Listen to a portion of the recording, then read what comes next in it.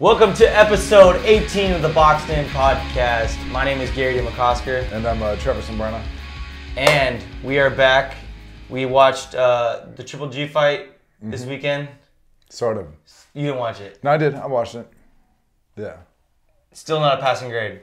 I mean, he beat, I believe, was the 81st ranked fighter in the world? Is that what it is? I think so. Yeah.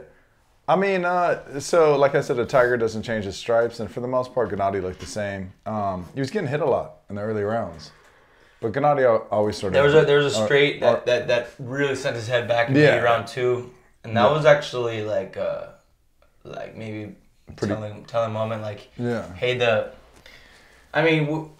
new coach is an attempt to sort of. I don't think learn new skills and learn something new, but you don't see a change. Can't feel good about it, right? Jonathan, anytime you're going to be a new trainer and you're bringing a fighter out there, and you don't want him seeing this taking those straight right hand. No, not at all. What's your favorite saying? Say it again. About getting caught with straight right hands. No, yeah, you had something on Monday or Tuesday. You said at the gym, and I thought it was kind of funny. Oh, do you remember what it was? I wanted you to say it was something you heard from Chicanito. Chicanito? Oh yeah, I can tell. If you're getting caught more than, if you are getting caught with more than probably 2 straight right hands in a round, it's time to retire. Yeah. It's time to get out. I mean, and that's not to say Gennady, he might be a sturdy individual. And that's not what we're saying. We're just but yeah, I mean, but think about this. If you get caught with somebody's right hand, that's going to be the hardest shot for the most part that you can get caught with, besides probably a left hook. Probably the same thing applies for a left hook too. If you're getting caught with 2 or 3 power shots around, you should probably think about a new line of work. Just because ultimately this could end up to, you having a loss of faculties in the future, or just you're not going to do good. You shouldn't be getting caught with right hands, And I think that was one idea of an episode, either a podcast episode or just a shorter video episode of when it's time to quit. It's like a tough moment for any boxer, if you're doing the thing you love to know when it's time to quit. Zab obviously comes to mind, right? Yeah, I mean it's really unfortunate. At some point. I remember when they announced that fight, because I follow that promoter, Star Boxing, out over in New York State. So I knew who Cletus Saldin was just from their shows. Promotions. Right, yeah. right. And the reason why I was following Star was because Star had been the promoter for Joseph Smith Jr. and then just that kind of thing where we see a couple of white fighters, you end up is that what you do? you know saying, you're on social media looking for white fighters. I'm like, who are the promoters that are promoting white guys? Hit follow, maybe Smith. Someday, maybe this John LaGuardia. I think it's not LaGuardia. It's something like that. Joe Guardia. Joe Guardia. Yeah. Joe Guardia is the owner of Star Boxing. He had Chris Algieri. Follow. Yeah. He had Chris Algieri. He had Joe Smith Jr. Something. And maybe someday down the line, this guy might be able to promote a fight of mine. You think that every sort of ethnicity does that? Does that? Of course. They're like, okay, let me. Boxing's the biggest nationalist sort of pride. Nationalist. What do you think about Puerto Rican Flag Day, all that, that whole thing? Yeah. Dominicans are gonna follow Dominicans, Ukrainians, and so forth. Yeah. So I don't. So. Yeah. No, it was just a matter. Anytime, that was just a joke, but a matter of. Anytime that's how I found that. That's how I knew. That's why I followed Joe and Star Boxing. What about the Nikita baby? You know what this guy is? Yeah, he white chocolate, right? Yeah, that's what he's calling. What's his real name? Nikita Aribe. Yeah. A baby. Yeah. It's a Russian dude. He looks like basically like a Justin Bieber type. But he's from by way of the United States, right? But Brooklyn, yeah, BK all day. He looks like he can fight. Yeah, he does. Yeah. Do you get extra excited? No, not really. There's a lot of white fighters right now that I would describe as white chocolate, right? I mean, Josh Kelly comes to mind. Billy Joe Sanders. Nikita Baby, Tyson Fury. They got some different shit. I follow a lot of Irish fighters because Caleb Smith. He's not Irish. No, well, he's sorry. He's British. I think their family's Irish. I'm gonna get the Braveheart riffs going. Here's what I'm telling you. There's a guy named Tyrone McCullough who calls himself White Chocolate, and that's actually been his name for quite a while. They in the same division? No, he's pretty small. Too bad. Yeah, can't have like a showdown for White Chocolate. Yeah, Nikita's a middleweight. Yeah, Nikita looks. I mean, listen, he looked good, and as far as as far as what I saw. Yeah. I think all of his fights been like first round knockouts though. So I got kids. I called around and asked about him. They're like, he can fight. So yeah. I mean, it's crazy because he looks talent like pool of he looks Brooklyn. like Logan Paul. Yeah. Like one of these like Instagram celebrities that are cracking on. Right. So I Logan Paul's into boxing. I swear to saw God. I saw it. Listen, one of the kids that trains at our gym trains with Logan Paul. Really? So, yeah, I mean, Wait, where does that get? Where is he training at? How do I get a sparring session with Logan Paul? He's a big dude. Brendan Schaub's trying to train him to get in the UFC. Oh, really? Yeah. I'm gonna be. Because his argument is he has bigger social media following than any of the fighters on the UFC roster, with the exception of maybe Conor, in terms of like. It makes sense. And so I checked it. I checked him out from the ground up. Yeah. I'm just if you're looking. Brendan Schaub's such an he has a wrestling background. Yeah. Not saying anything about the guy. I haven't been around the guy or anything, but I did check him out.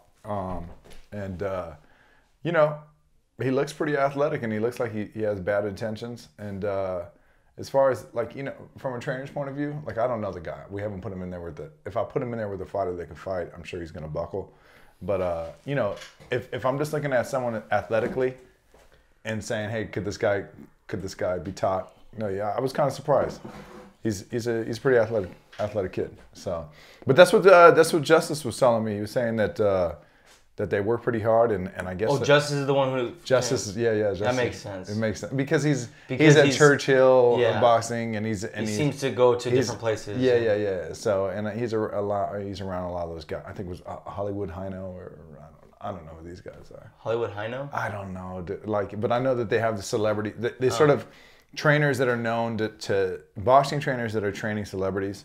Yeah. So it's a good little niche. You should get into it. Yeah. I would, but I still have my soul. So yeah. I don't. Whenever I'm ready to put that up. Yeah. Well, we were going to talk about Zap Judah. So I remember seeing that because I follow Star Boxing on Instagram, whatever. And I saw him sign. I was like, I didn't realize. I was like, Zap Judah is still fighting. I had no idea. Yeah. And and then a couple months come by, and the fight happens, and Well, those guys were in a fight. Yeah. They were in a fight. Yeah. And for anyone who didn't know, he had some brain bleeding. Mm-hmm. They both had to go to the hospital afterwards. Oh, really? Yeah. I didn't know that they both were, but yeah, it was a slugfest. From everything I read, I didn't actually watch that bout, but saw some clips of it from Cletus's Instagram and whatnot. But the last I saw was that picture with him, Zab, and his sons hanging out on the hospital bed, smile. So there was a positive message of Zab seems to be okay. Better. Yeah. Thank God, right? So definitely don't want to see someone like Zab with his stature and what he's brought to the sport end up like that. It's a friendly reminder. I shouldn't say friendly. It's a realistic reminder of when you step away from the sport for a long time to come back. That it isn't necessarily an easy transition. Not going to say this happens to everyone. Zab proved in the fight that he's certainly still a fighter. He's who he is by character, which made him a champion during his day. But probably definitely should retire and go off into the twilight. So, but man, don't want to see anybody get hurt in there. There's another guy that collapsed in the ring in Mexico this weekend. Really? Yeah. Look it up. But same thing. Horrible circumstances. So this is the fight game, and when people say that when you're fighting underneath those lights that anything can happen, that you can lose your life, this is real. Yeah. So anything can happen. Even Yeah. Anthony Joshua could get knocked out. AJ get knocked out. Yeah. So let's see. More game. Heart-stopping. This is what the headline says. Terrifying moment. Doctor tries to revive unconscious boxer in the ring after Felipe Gallito Arucuta collapses on the canvas after 10th round stoppage. Yeah. And I guess there's a video of it. Yeah. I try not to, are you like this? I try not to look at the videos just because it's like, especially if you're. I try to make sure my mom doesn't see any of the. Yeah. As a trainer, I think that nobody wants to be in, or I know that nobody wants to be in that position, and you definitely. I mean, there's sometimes you're almost preemptive as a trainer or a fighter, and certain things you just, it's like you don't want that reality to kick in where you see something like that, and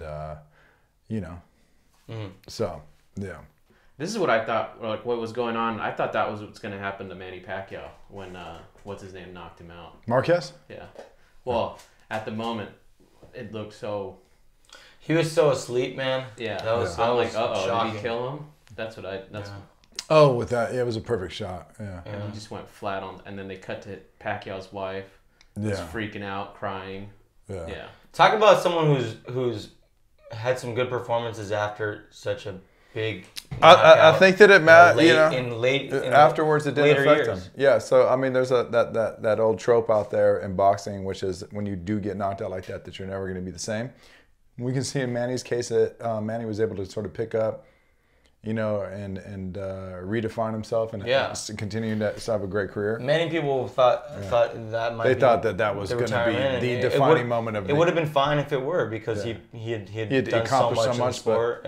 Manny's like the Energizer Bunny, man. He keeps going and going and going. Incredible. And so, what do you think on that?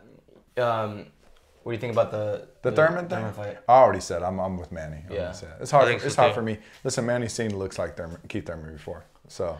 So here's the deal then. Manny wins Thurman's title. Mm-hmm. What happens in that division? Things start getting more dangerous for Manny, just because the names. If let's say he beats Thurman. If I was Manny, I'd start looking at Sean Porter, start looking at Danny Garcia.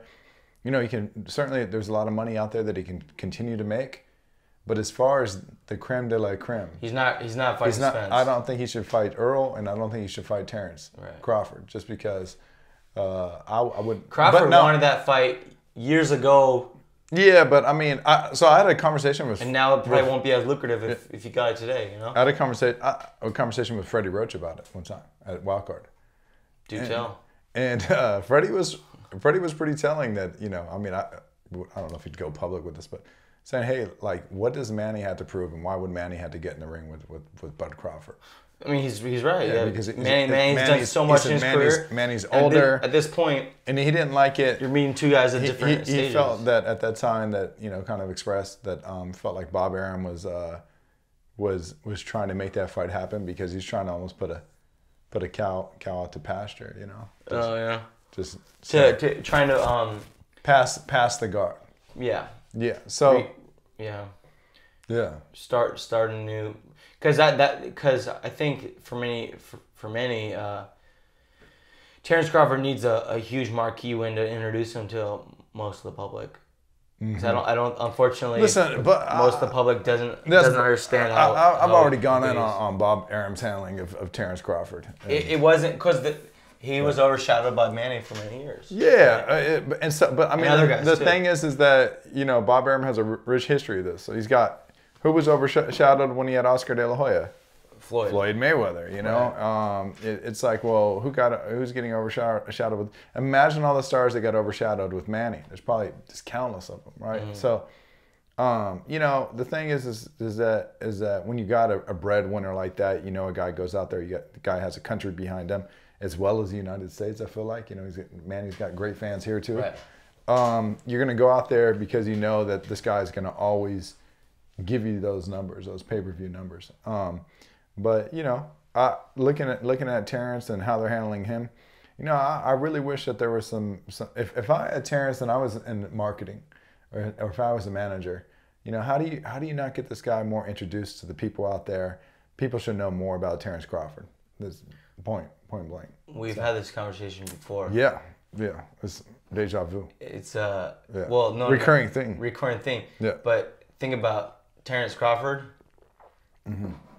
He's as dark as they come. Yeah, I would say he's, that's not Wesley Snipes, but like, You know, but he's, you know, it's not going to be as easy to It's sell not going him. to be as easy. But it doesn't. He's not necessarily. You got to listen. Warren Buffett shows up to his fights, so I'd start there. Yeah, right. I love that. They're Omaha boys. They're both from Nebraska.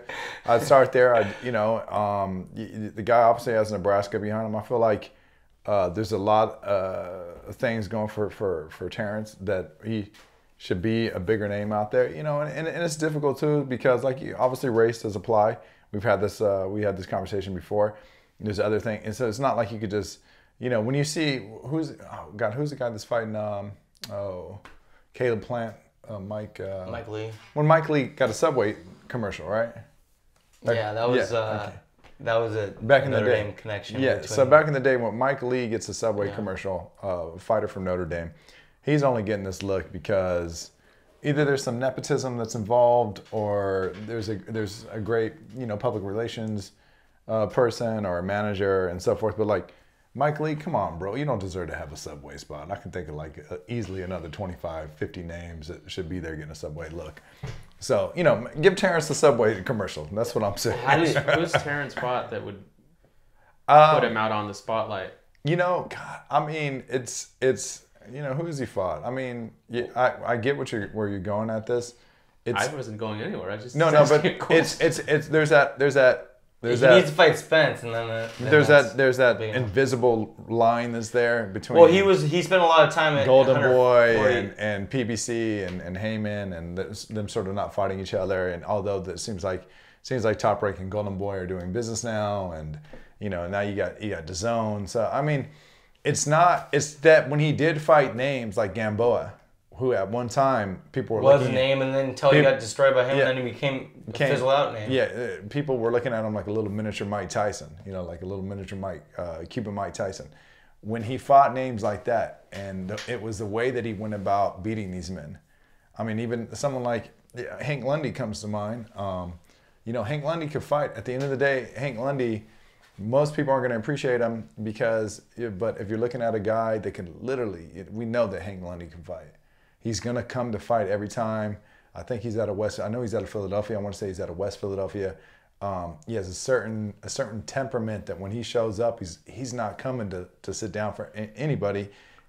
And which one's the notorious area of Philadelphia? Is it West Philadelphia or West? I mean, North Philly and West Philly are pretty bad, man. I mean, you know what I find interesting? I love Philadelphia though. Everyone should, you know, if anybody out there, Philadelphia's an interesting spot. Get out there and get to Philly. So it's a lot of dirt bikes in the middle of the road. It's pretty. Oh yeah. That's great. Like that was. I feel like that's like a cultural like. Yeah, these cats phenomenon. are like doing wheelies. Dude, it's like if you grew up watching, you know, X Games and you like Evel Knievel.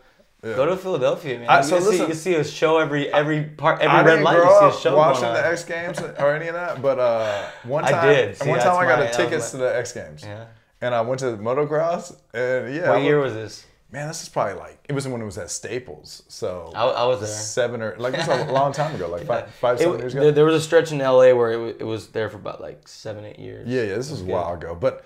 You know, I was like, you know, obviously you're watching it, and yeah, I mean, it was pretty exciting, you know.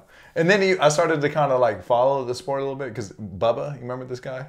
Bubba, what was his real name? I don't remember, but you know, he had a show, a reality TV Bubba, show. Was Bubba the black guy? Yeah, I remember. Yeah. He was in motocross racing, I think.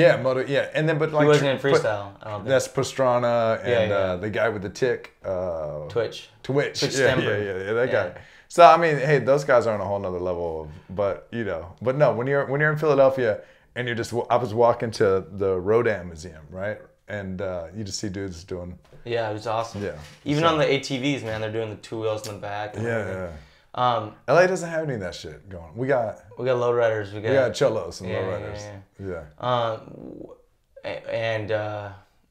Well, actually, what I was gonna say is interesting. North Philadelphia and West Philadelphia. Mm-hmm. I feel like in most cities I'm familiar with, I don't know if there's any like rhyme or reason to this, but like the South and the East are usually the bad parts. Yeah. I was thinking about the West Side and the North Side are usually the nice parts. But not. Am I wrong? Am I wrong about that? But think about Long Beach, North Long Beach and East Side Long Beach. But Long Beach is not its own. It's not its own national city. No, but I'm talking about. You're talking about Los Angeles. You're talking about the major cities. Chicago. I think Chicago. Wait. I don't know enough about Chicago. I don't know either, but no, I know what you're saying. The east is of the lake. The east side, nice. I feel like Lakeview is nice, right? I feel like the east side is always bad, right? You know, wherever you are. Okay. So that or any streets. If you got an MLK in your city, that shit is probably hood. You know, we're just being real logical here. Yeah. Which is crazy when you think about it. I don't, like. What came first, the chicken or the egg? No, I mean, it's you typically, like, it's a lower socioeconomic strata. They're going to rename a street, then name it after MLK. But I mean, like, come on. Let's rename Rodeo Drive MLK. And why is you guys ever trip out on this? People that aren't Angelinos will know this. Okay, so when Rodeo Drive is Rodeo Drive in Beverly Hills, but when you're in Crenshaw, Rodeo is called Rodeo. Like, Yeah. And how did we all come to an agreement that we were going to say Rodeo instead of Rodeo? It's branding, man. But it becomes Rodeo when you're in Crenshaw and Slauson. There's other examples of that. I've actually never heard that. You didn't know that? Yeah. Yeah. I'll trip out on that. Yeah. That's a known thing. I think I've heard that joke somewhere. Someone write about this? Yeah. You know what you can tell about a place is the garbage, like the litter, like if you're in a nice neighborhood. Cool. Like if you're in the West Side, you'll see bird scooters. That's the only garbage. Like you're gonna look at litter. There's different kinds of litter. You might see like an apple bag, or like a receipt from like Whole Foods. Well, they don't have trash bins on their street for trash day. I'm just saying, if you're just walking in the different kinds of trash that you see like a Starbucks cup, Pete's cup, but like in the East Side, you see like flaming hot Cheetos. No, you see fucking Little Caesars. Little Caesars pizza box. But San Pedro is San Pedro. But there's different kinds of litter where you're at. Yeah. Yeah. If you're in LA, you got people as litter. Right. Man. Harsh. It's true. It's true. Just saw, like I said, we saw someone getting beat up by the LAPD on my way here. Yeah, we'll talk about that. I'm driving and did you roll down the window? You know what? This is human nature. Give him the cuerpo. I didn't give it. No. I feel bad. Listen, this is human nature. If you're driving and you see cops start whipping around with the sirens on, you say, what's going on? Like, oh, what is it? And you like roll down the window. And then I seen the dude look. The guy was homeless for sure. He didn't look homeless. You could tell. He was a white dude. And he had your same haircut. So it means he's on drugs. He had your same haircut. Yeah, I mean. He had my haircut? Yeah, for sure. It looked like Shaggy from Scooby-Doo. Anyways, I was like, I just seen the cop just started teeing off on him. Just hitting him, right? And I started thinking, because I was watching the cop, I felt bad. You feel bad because you see this dude. It was a female cop and a male cop. Both of them getting punches in? Both of them getting punches in. Only one was really getting punches in. Yeah. The female, she pulled out the stun gun. Like I said, only one was getting punches. So I was sitting there, I was like, whoa, this is crazy. What street was this on? 8th and Gaffey? 8th and Gaffey. Yeah. So the thing about, I was thinking about this. Like by the 99-cent store? Exactly. If I hit you 4 times to the body, you're going to be okay with it. Probably. Like, because you're used to getting hit before. Yeah. But like if my reaction's not going to be the same as civilian, like if you get hit to the body with a shot, I'm dead. Not that you're dead, but you're gonna get squirmy. You might go like, oh, you're gonna have more of a biological like response. Things get more reflexive. And then it becomes you're resisting. Like he's been taught to get hit to the body, and if he gets hit to the body, his thing is probably to shell up and start protecting more, to actually get more statuesque, right? This dude was getting hit, and you just see him flopping all over the place. And so I was tripping out because the cops, like I think in their mind, they're thinking, oh, he's resisting arrest more. I think this probably happens a lot. No, he's probably not resisting arrest. He's not used to getting fucked up, and you're hitting him, and he's jumping around more like a fish. Because with like you know what I'm saying? Like you ever hit your friend in the body, like just like, oh, you think you can take, like if you jab your friend in the belly, and after they get hit in the belly, they start like, they jump up and they're like real theatrical. Oh. So you're saying if I ever get punched in the gut by a cop, I just calmly say, all right, sir, is this over? All right, one more, all right. Cuerpo me up and put the cuffs on me. And probably better though, because you're going to be able to deal with it. So you're saying that with this haircut in San Pedro, I'm going to run into a problem. Be careful, don't be over there and hit the gas. They're gonna think you're that dude, and they're gonna pull over. Oh, let's worry about my library card. I'm going to the library, sir. What is up with the homeless people in the library? It's a bastion of air conditioning and shelter. Do you think all the homeless... I still use the San Pedro Library. You think the homeless people, because of the accessibility to libraries, that they're all like autodidactic and just, they're all well-read and... No. No. Let's talk about Thoreau and let's talk about Proust and Heidegger and... No? You don't think so? Unfortunately not. No. But there are... Listen. I mean, if they were, I doubt they... I lived in Berkeley for a little bit, and I was up there for a little bit. A little bit. They're well-read for like 2 years. They're more well-read in the Bay Area. Yeah. Swear to God, like you can just be a regular day homeless dude, and he's having a conversation, and you're just like. Because he was a burnout. He was probably a burnout. Intellectual burnout. Intellectual burnout. So I think there's a correlation between intellect, and just saying fuck it. Like none of the social constructions make sense. Let me just pull out.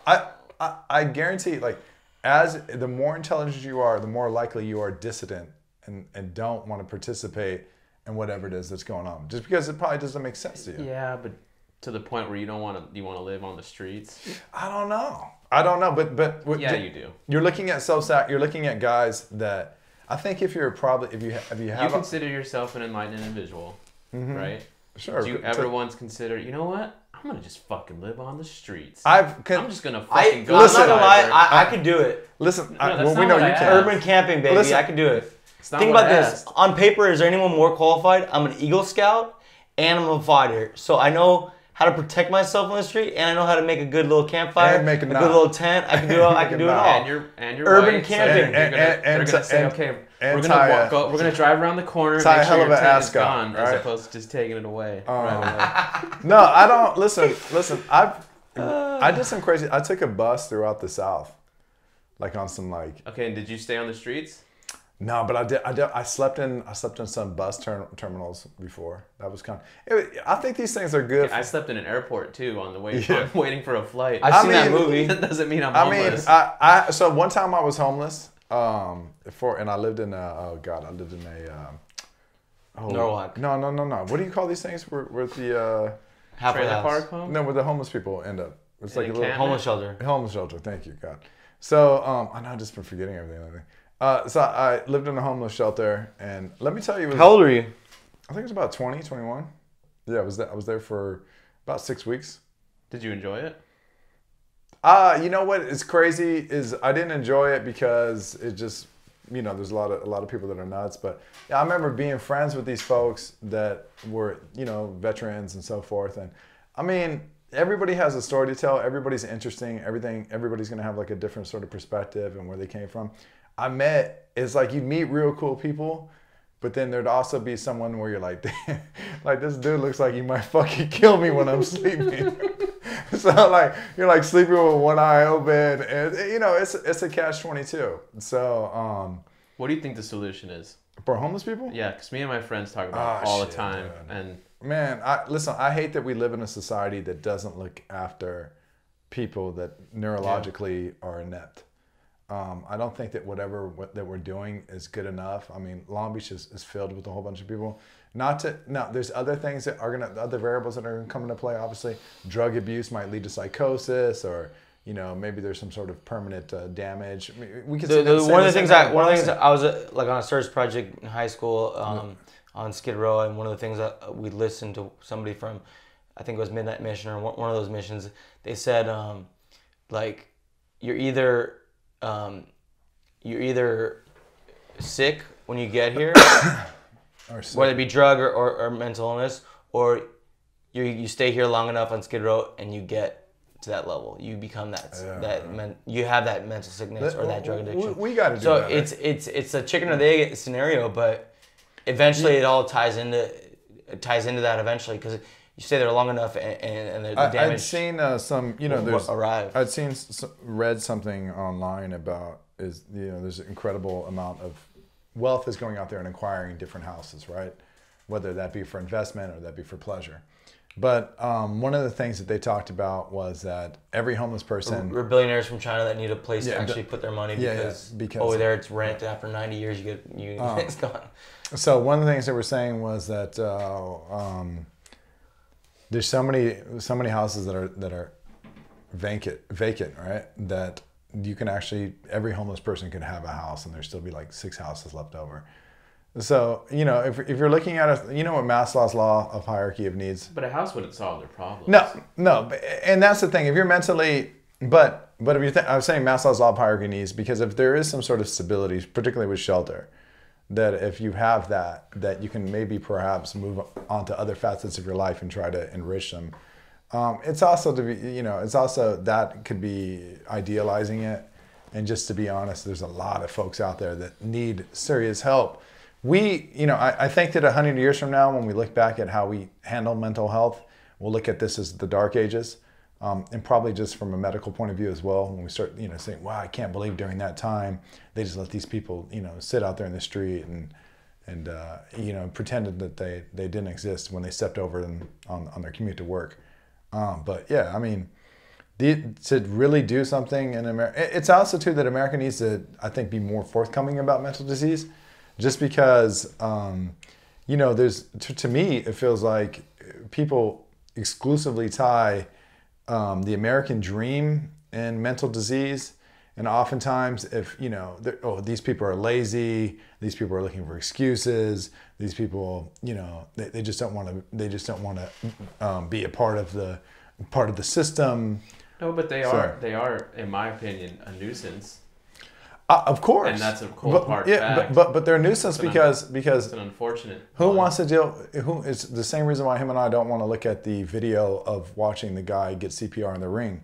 Who wants to check into the harshest forms of reality, especially imagine you live in downtown Long Beach and you live in these lofts and and the minute when you walk downstairs and the loft, you step over homeless people. And you're paying $2,500 or $3,000 for your loft, and you're driving your Eastern European car, European car, Mercedes or BMW. Everything's Eastern European because of epoxy. Yeah. But if it was an Eastern European car, I would not. I was gonna say. A Yugo? That shit's gonna fucking break wheels. I'm saying you just don't want to deal with that shit. I've seen those videos on Live Leak of those Russians putting bombs in their cars and shit, man. Live Leak is a rabbit hole, man. It's a rabbit hole for dangerous. I don't know if you guys know this, stuff. But as far as we're talking about one-uppers, the Eastern Europeans on some road rage shit, one-up. Oh, yeah. Well, I think what's great is, and it's so nice, I don't know, there might be a law, or maybe it's just they do it for self-protection, but the Russians always have dash cams. Yeah. But it's because of lawsuits. Yeah, there is a thing and it was people were getting taken advantage of so much. Yeah. So every Russian car is a dash cam. They pretty much all have that. Crazy. But it's great for me because it gives us some entertaining shit when sometimes Some of the shit I see on Live Leak over there, I'm just like, man. I do like those videos. I like those videos though, where sometimes there's a positive spin on them, where it's like those near-death experiences where the guy gets out of the way just in time. I avoid all of those videos. Yeah. Yeah. See, even though I watched the guy giving CPR. I can't watch a faces of death type thing. Or people actually dying. No, I didn't say I looked at the actual dying ones, but sometimes you see those ones where the crazy shit happens and the cars start avalanching and then they stop just in time and the dog runs by or something like that. 12 or 15 years ago or 10 years ago, a long time ago, there was this website called Consumption Junction. Do you guys know what this is? But anyways, it was the most... No, we were on funnyjunk.com back then. But I saw some pretty gross... Most horrific shit ever. But I remember what changed my point of view of wanting to watch this. Because a friend and I that I used to work with, we would when he would get up from his station, like if he had to go to the restroom, I'd like hop onto his computer and put something just fucking totally inappropriate. So he'd come back to like his little cubicle and sit down and then just see whatever was playing on his screen, right? So him and I, trickster. I know. So him and I, when the Daniel Pearlman video came out, you guys know who he is? The journalist from Wall Street Journal. Yeah, he's the one who got beheaded. He got beheaded. So him and I were like ISIS. No, ISIS. Yeah. So it's like one of the first, I think it's sort of like what OG, put ISIS on the map. So him and I were like, you know what? It was like just something. We were just like, you know what? Let's check it out, man. And I really wish I hadn't checked it out. Yeah, I haven't seen this. It just wasn't. I don't think I'll look it up. I mean, yeah, I don't think anybody should look it up. much. It's one of those things that just when it gets singed into your brain, just burnt forever. And after that, him and I sort of had the same reaction. We stopped all the, because there was like 2 girls. From now on, wholesome memes only, right? All that, like it wasn't just. It was like, hey man, maybe let's not go down this rabbit hole anymore. And it just kept on being, you see some guy that's like window washing, then all of a sudden is falling to his death, and there's all kinds of things like that. And yeah, I'm not really into that. It's also crazy. I'm into more of the car stuff. Yeah, but like humans, what the fuck? Why are we going down like? Well, why do you like horror movies? Well, it's the same thing like me looking. Why do you like boxing? Why do you like UFC? Why out the window today at the cop, and kind of being like, damn, these cops are kind of whooping. John Brown told me this thing. I don't know where he got it from. Maybe it's his quote. Maybe it's from someone else's quote. But he says, you're coming out of a restaurant. You're with your family or with your date or whatever, and there's 2 people playing pickup basketball on this side of the street. And there's 2 people in a full-on fist fight in this parking lot. Yeah, Where are you stopping to watch? I'm watching them. Depends who's playing basketball. I'm watching the If it's fist Michael fight. Jordan, LeBron James, I don't give a fuck who's fighting across the street. No, this is true. If it's LeBron and Kobe or Jordan, I'm gonna check in the game. Everybody's gonna be like. No. So it depends on that's my. You ever watch a fist fight and you're like, damn, these motherfuckers really can't fight. Oh yeah. In high school all the time. But it draws attention. The humans. The point of this little anecdote is that humans are drawn to fight. You know what I'm always amazed at? See, I don't see. Me and Gian would disagree with you. No one's watching. No, LeBron's not going to be in my parking lot. We would argue that white people are drawn to that because if there's any sort of conflict. Have you ever seen? Oh no! Have you ever seen a World Star video? No, I mean I could tell you this. I could tell you that. Like if there was gunshots down the street. You're not gonna have like a black guy or a white guy. I mean, a Mexican guy. Like, listen, I know what you're talking about. Listen, I was in Yosemite one time, right? And I saw like there was a bear, and there was a bear. And everyone. That's exciting. There was a bear, right? Mexicans are like, and literally, I looked at the bear and I was like, "Oh fuck this!" I picked up my daughter and I like turned around. I started walking the other way immediately, right? And I'll never forget, like all the Tanners and Tylers and Carvers and Austins and Dylans. And anyways, they literally like started walking like closer to the bear. And I'm looking at it, I'm like, man, these fucking white people are crazy. That's what I'm talking about. I was like, there's no... Yeah, there's a little bit more of a thrill-seeking if people hear shots, the first, especially, I can always tell like where you grew up because one, you know what a shot sounds like. Yep. Like I've had it's a little early for 4th of July. I've had like a backfire, from the cars, which is another thing. If you hear backfire from cars, that's another thing. I was walking. What's backfire? That's one. Like when like a July. The exhaust like blows boom. out. Yeah. Oh, okay. It sounds like a gunshot. Yeah. It sounds like a gunshot. I was walking and a backfire went off, and I didn't even flinch. And my friend was like, "Damn, you didn't think it was a gunshot?" I was like, "That's not how gunshots sound." And there was another time gunshots that actually went off. And I was just literally, like, by reflex, drop. Like, I'm looking like, like, oh, I want to get, so, but certain white people are like, they hear gunshots, they're like, fuck, I have a story before. School's in session. I was at a quinceañera, and this black family Wait, preface that again? I was at a quinceañera. And then for our Midwest white listeners, that is when a woman becomes a Mexican, a girl Mexican becomes a woman. At 15. At 15 years old. So this black family came, and she'd never been to one of these before. She was all excited, like the family, not just she, and at night, Mexican music, they like to play guns, like on the radio station. That Narco Credo shit? Yeah. So guns started going on. off. They like to play guns. They like to pull that shit out. Bazookas. She literally dove under the table. Oh man, that's sad though. I thought it was funny. It's sad. It's only because look, when we speak on these things, you're not from, and you're not from LA, like But what was funny? I was at a at a park, and there was a quinceañera, and like this is so my daughter's. Hey, are you gonna throw a quinceañera when your daughters get old enough? Yeah. Are they not Mexican enough? I don't know. Maybe if that's, I should just do it just for the hell of it. I think that these things like culturally sort of has some relevance. I mean, it isn't, but it's like it's like being a Catholic and being Mexican. It's like you show up on Easter here. I haven't been to church in quite some time, but dude, baptism parties for Mexican families are fucking lit. Dude. Yo! How crazy is it? Have you ever been to a baptism party? Like, man, I try to go to where they ask you to be the godfather. And my friend asked me to be the godfather, and then like I never did catechism, right? And anyways, I just remember getting sweated by the priest. Mm-hmm. We almost lost it. We almost lost you to the Mormons. Yeah, you almost lost me to the Mormons. But you were telling a story. I interrupted you. I had to get my. About what? What was it? We were talking about. Shit, I don't even remember now. Gunfire. Before that. Jalopies. You were talking about being in a park. Oh yeah, being in a park. Anyways, my daughters, right? They have a different life. They're not raised in Los Angeles, for the most part in Orange County. They're at a park. There's a quinceañera. I'm in a park in Norwalk, and there's like at first you just see like the one group of quinceañera girls like, oh, this is cute, quinceañera, like. And then a swarm of them came. Look how cute they are. Just a bunch of young girls, and they got the guys there, and then there's another group. And my kids are just playing.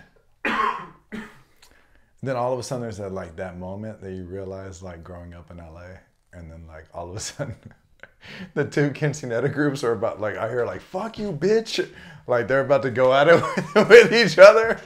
Some West Side Story. Yeah, some West Side Story shit. And literally, just imagine like they're in their. Were they there for photos or the actual parties? I don't know what happened, but somehow some beef happened between the two different quinceañera groups, right?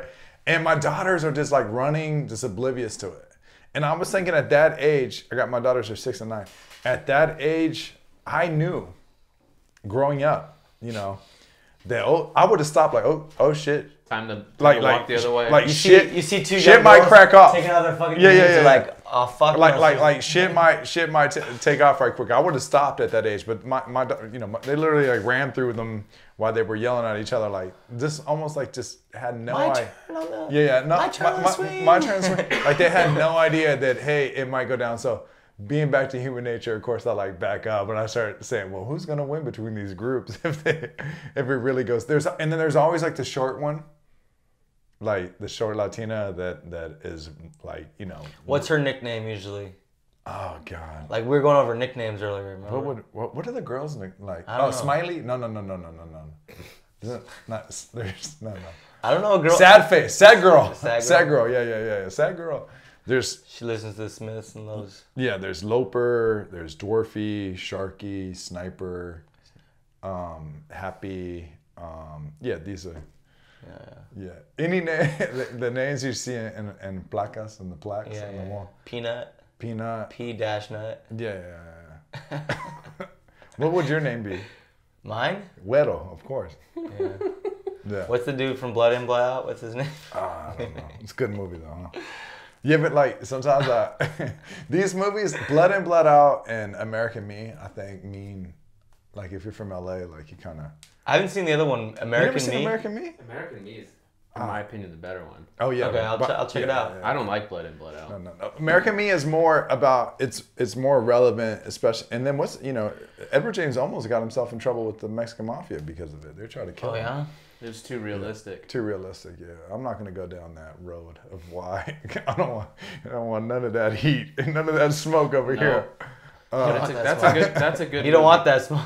Nothing to do with it. That's such a. But he was in some trouble. I was with some buddies when I was in Mexico. A couple of one of my good friends that I went to K through 12 with, and his college friends. And I was showing them a little bit of the podcast, whatever night. and I think I used a clip because they had said some phrase. I was like, you gotta check this out, and I showed them the clip of Ivan saying he didn't want that smoke about I forget who he was talking about. But they ended up loving that, so I'm kind of hoping they see this. They never heard that before? No, I guess not. Oh, that's crazy. And they loved. You ever notice how like white people start to appropriate shit? Like, they also loved. Or like don't understand that smoke. Like all of a sudden they're like they fucking love it when they get a new saying. It's man. They don't want that smoke. That just keeps the black people on their toes to keep inventing new shit. Gotta keep evolving that shit. I feel like that's what makes it cool. It's new.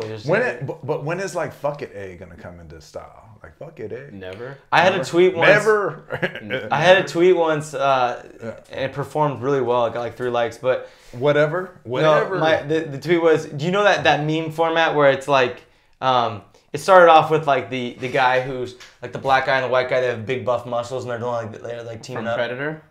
That's from Predator. Yeah, it's a still from Predator, but it's like on the meme it's like more painted out, But it says like this, and they meet in the middle of like the common idea. Like what they both agree on. Right. They both agree on. But also you see people do tweets where it's like this, and like spaced out. It's the handshake in the middle. I had one where it was like Chicano culture, Canadians. And then it was in the middle. It was saying "a" at the end of everything. That's kind of. I was like, no, I think I said Cholo culture or something. Not because like I don't know.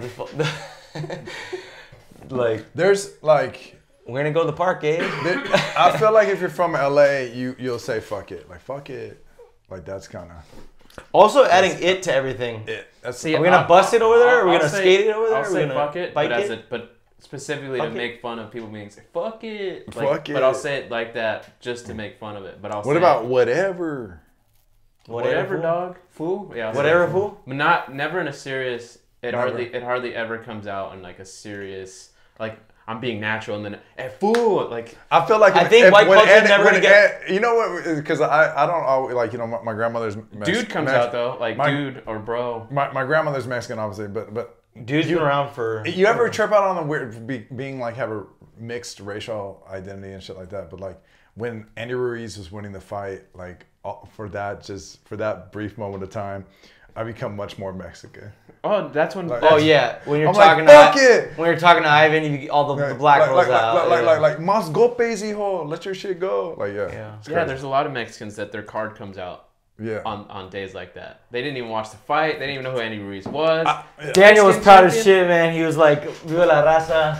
Los Dodgers. Do you say the Dodgers or Los Dodgers? The Dodgers. Have you said Los Dodgers?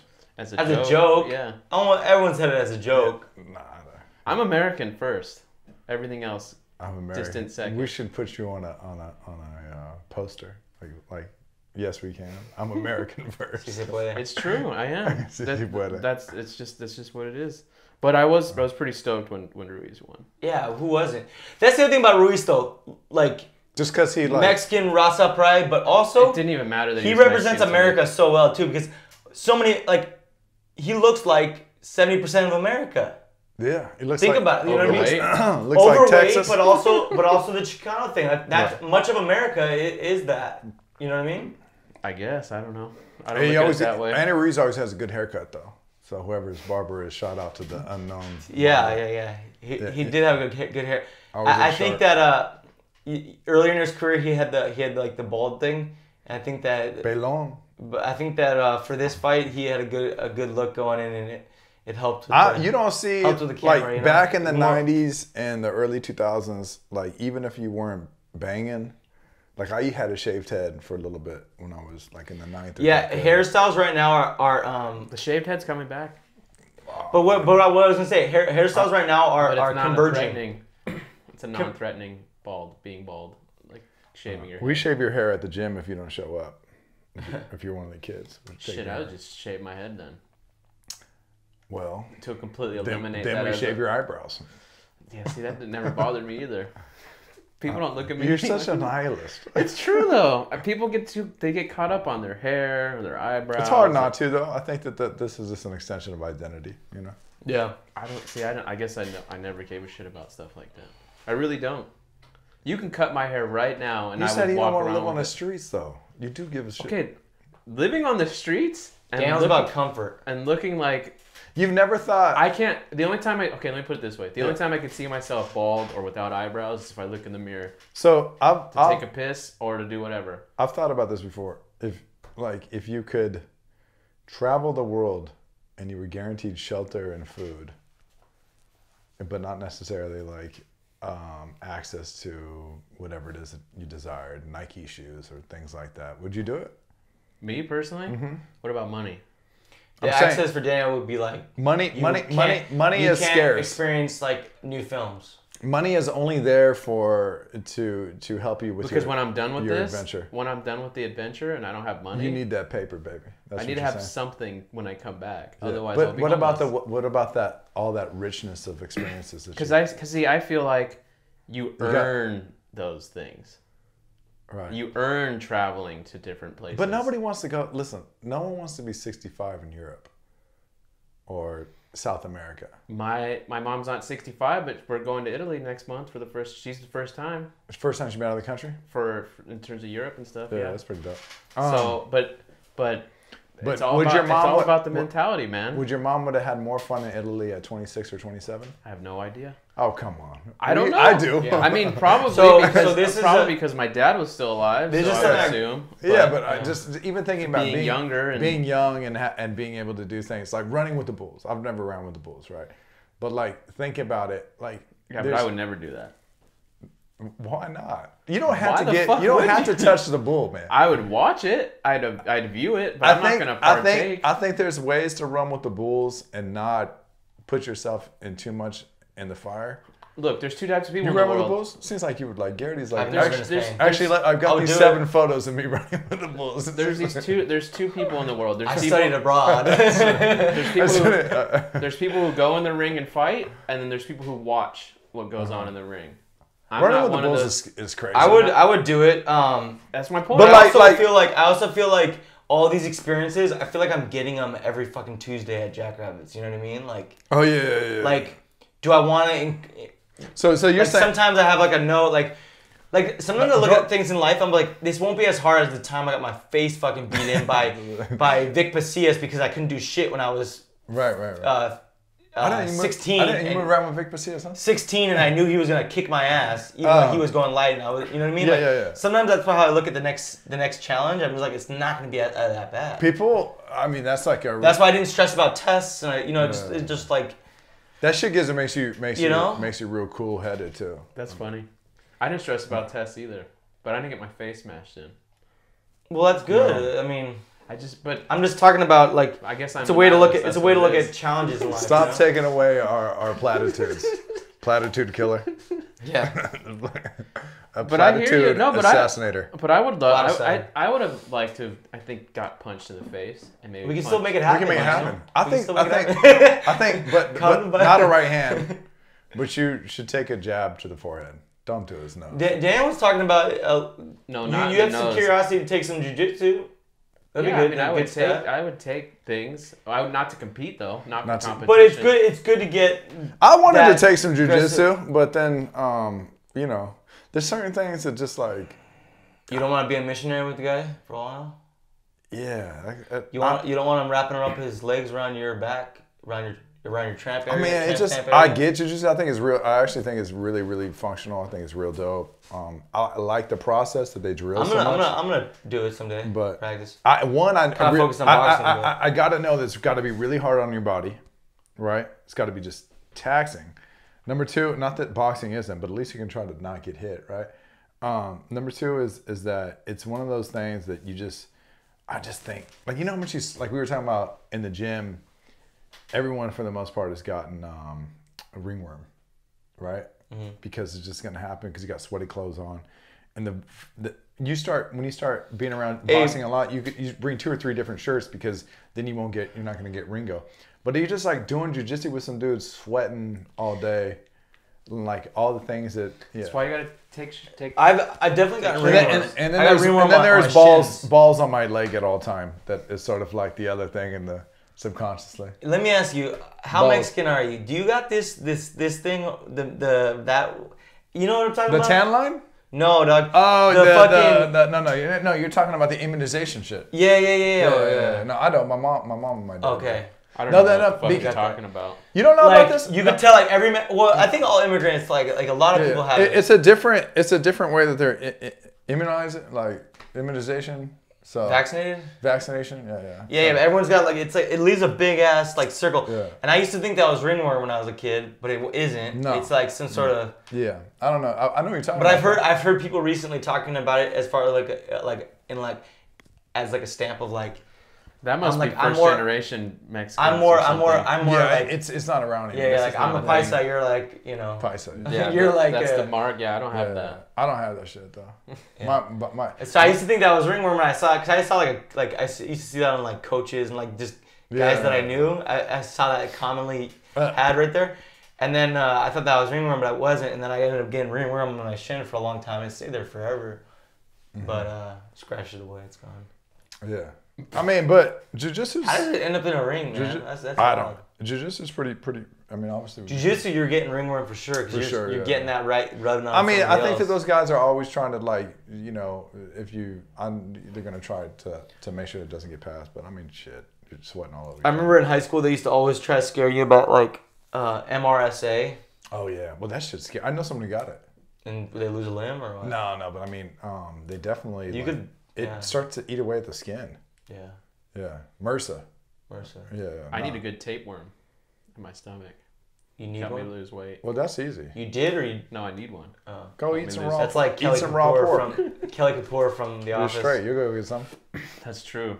Pork is Yeah, go eat some raw pork. You're just literally. I don't know, like if you want one though per se.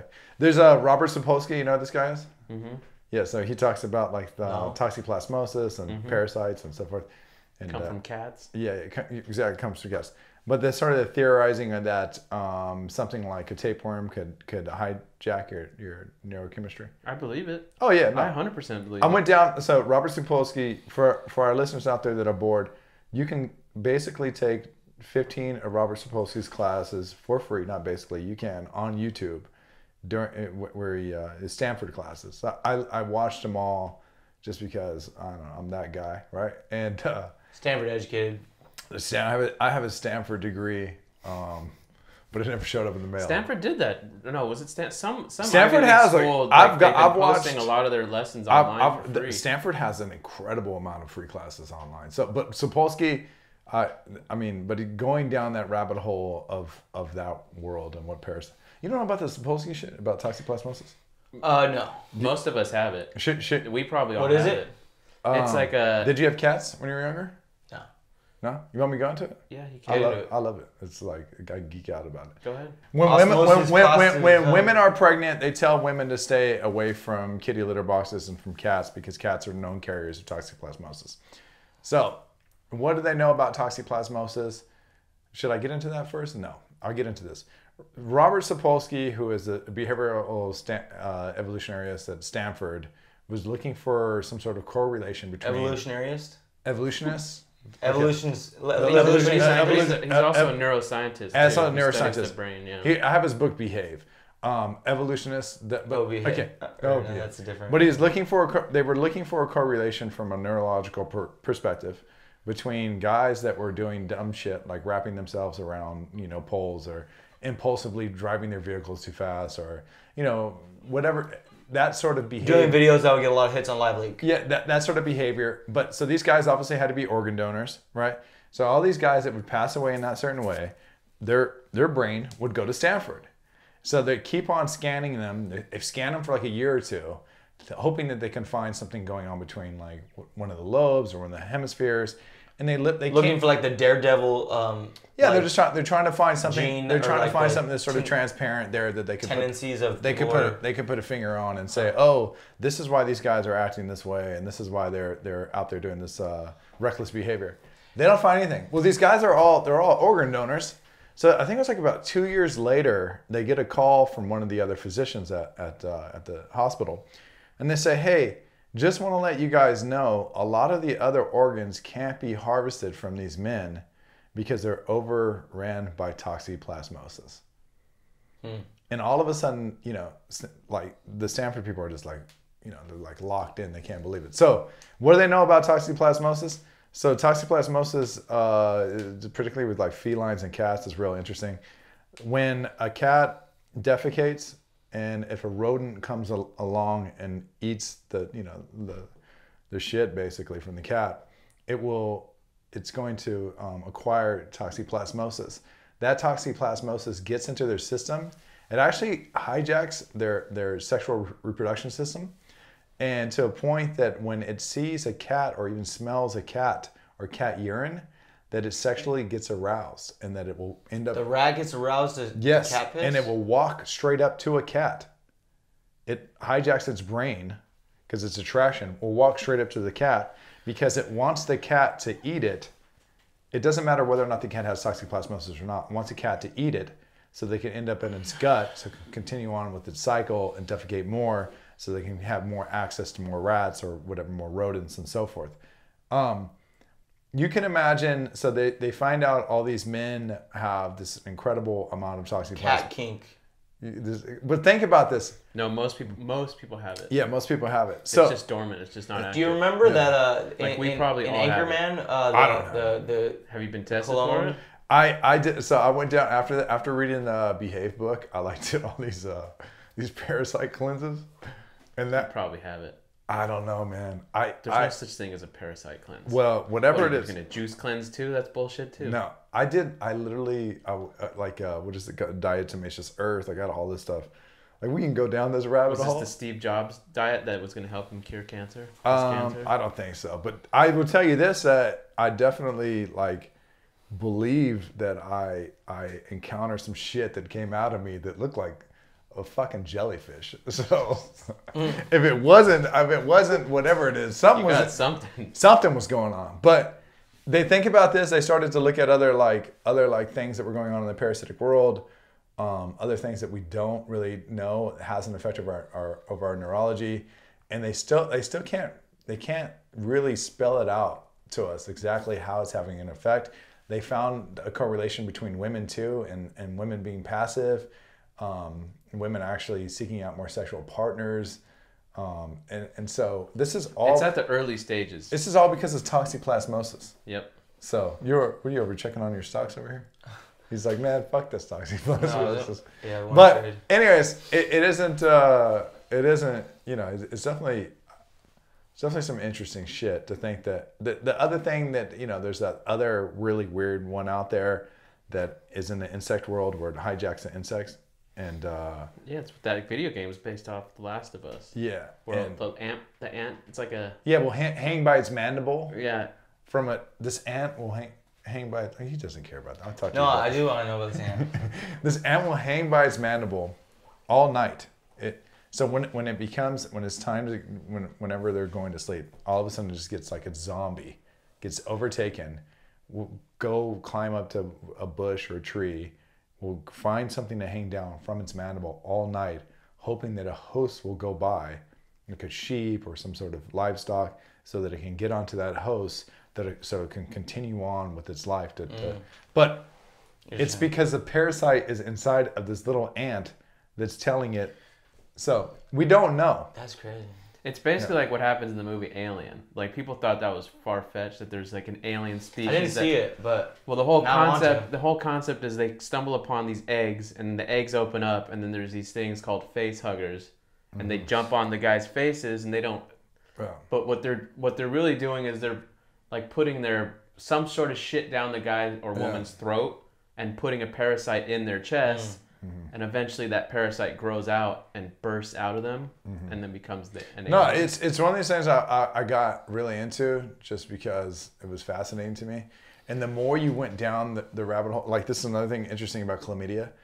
Chlamydia makes people want to have sex more.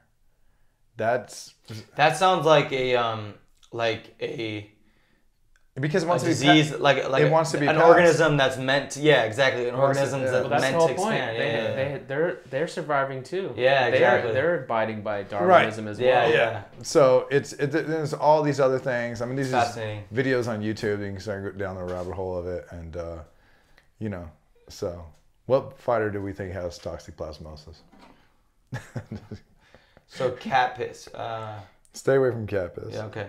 Don't date any. I don't think you should date any woman that has more than 2 cats. I think when 2 starts to get a little suspect. Whoa, the cat. Yeah. Cat lady. There is a stereotype. Cat lady. Cat lady is crazy. Tend to be more kinky. Cat lady is crazy because she has toxoplasmosis. Hence the kink. Passive. You like it. It's passive and more sexual. Yeah. I probably have it too. I have a cat, so. I thought, when you start looking at it, like I had a cat growing up too. You're like, okay. So it's only cats that are doing this. You know what? Listen. Cats are a good hookworm for it. Hookworm is the other one. There's a hookworm epidemic in the South because of poor. Yeah, that's why people thought people from the South were stupid. Yeah, but really they just had worms. Yeah, the hookworm. You have historically, like people with the redneck. Poor sanitary systems, right? Yeah. And because you have this poor system, hookworm is known to lower your IQ by as much as 20 points. Slurred speech. Yep. Like you. And then also it has an effect. Has an effect over your gait and the way that you walk, like the way that your muscular system starts to. So that stereotype of like the slow drawn Southerner that's kind of like. So there's more that the United States of America till this day has. Our hookworm infestation in the South is just as aggressive as third world countries.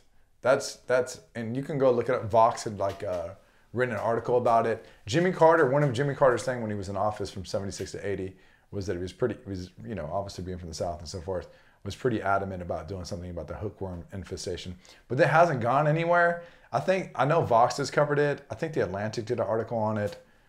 So we're just even talking about this weird parasitic world and having too much racism in the South for them to. For that to. What they were talking about. So when I can't remember who covered it, but they were showing. Well, maybe the powers that be don't want hookworm solved because if you have a certain population that's dumber than the rest, but just even imagine. Statistically significant sample size. What's the other one? We're just talking about the parasitic world, but. For the most, there's something weird there where it's like we're living in the United States of America. All these people, specifically people that still have septic tanks, and it's leaking, and they're saying, don't walk barefooted outside. Bro, Mexicans who come here first generation don't even flush their toilet paper down the fucking toilet. Yeah. No, I know what that. Yeah. I've traveled enough to know that. But that sounds very Westerner. It's funny when you're in like a restaurant. Yeah. And there's a fucking trash can. There's not a trash can. They put it right there. It's like, fuck, man. We need signs that say you can flush it here. Like we need flushing okay because they don't. Some of the toilets are. It's. Or that's funny when you go to Chinatown and you see there's like little signs in the bathroom that say like no, and then it's like no. What's that thing called? What's the? Because that's what they do in the restaurants. They go in those. I'm not gonna. You guys are fucking. What's the shit called? Hey man, when you gotta go, you gotta go. What's the French shit called? Bidet. Bidet, right? Bidet. Yeah. I think something like that too. Like I've never tried a bidet, but I hear they're great. My friend says the same thing. They're coming into fashion here. I think there's little attachments you can get on to put on your the thing about it is that us in the Western world and our perspective and what it is that we're limited to our experiences and so forth, it's really easy for us to sit there and typecast or judge other people. I've been, Apparently Chinese people are really bad though. I've been to Central America. Chinese tourists are bad. I heard that on a podcast, and then I looked it up after the podcast. Bad was what? Shitting in public.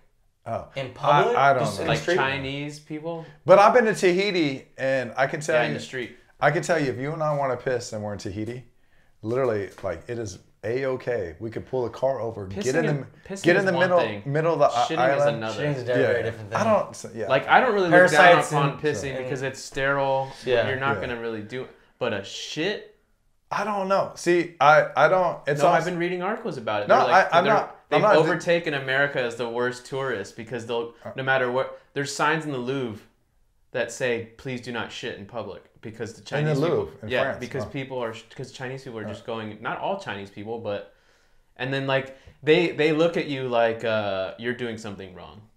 Like they're not doing anything wrong. Like why are you coming at like I'm just taking a shit in public? What is it? Yeah, I don't. So there's this weird mesh of. Maybe they should send those homeless people in San Francisco to China. It's a weird mesh of like cultures that are intertwining. A country that has no sense of charity, like they don't believe in any like assistance. It reminds me of Borat. But they can bond over shitting in public. You remember you remember in Borat when he's with the Southerners and he's doing cotillion? Oh yeah, he brings the little back. He brings it back. Listen, when culture, this was such an amazing film. This idea of having a defining culture and like I don't know, man. It's not like and things. How about that? Are at different speeds. That meme when we're all humans. When Triple G fired Abel Sanchez. And there's that meme where him in the gym, and he's like going like this, and he's like his new trainer, and there's Borat, him like with t-shirts. bring it back to people's two cultural references of Kazakhstan. You know? I don't. Borat and Triple G. I don't. It's but the one thing is, it's Americans, man. We love to fucking judge, man. You think what do you think people? No, fuck that. What do you think people love to judge? Yeah. Humans, no. Because we're at the top of the hierarchy. No, which we are. You're entitled. You're putting yourself on a pedestal here. We are the top of the hegemony. Name me one fucking person you know that of a different race that doesn't judge. That's anybody. Everybody judges. Jesus Christ. I'm sure he judged too. He judged those people in Garrity will know. Garrity will speak on this. Didn't he judge the people in the temple who were selling shit? Yeah. What is it? The temple people what temple? People who were selling making commerce in the temple. Masonic he got temple? mad and he threw over tables and stuff. Yeah, he threw over some tables. Yeah, that was like the one of the few. Jesus got turned up in the Bible. Yeah, I was in Mexico. Send me the passage. I respect the hustle, man. But they're selling like doesn't matter if you're inside the church, outside the church.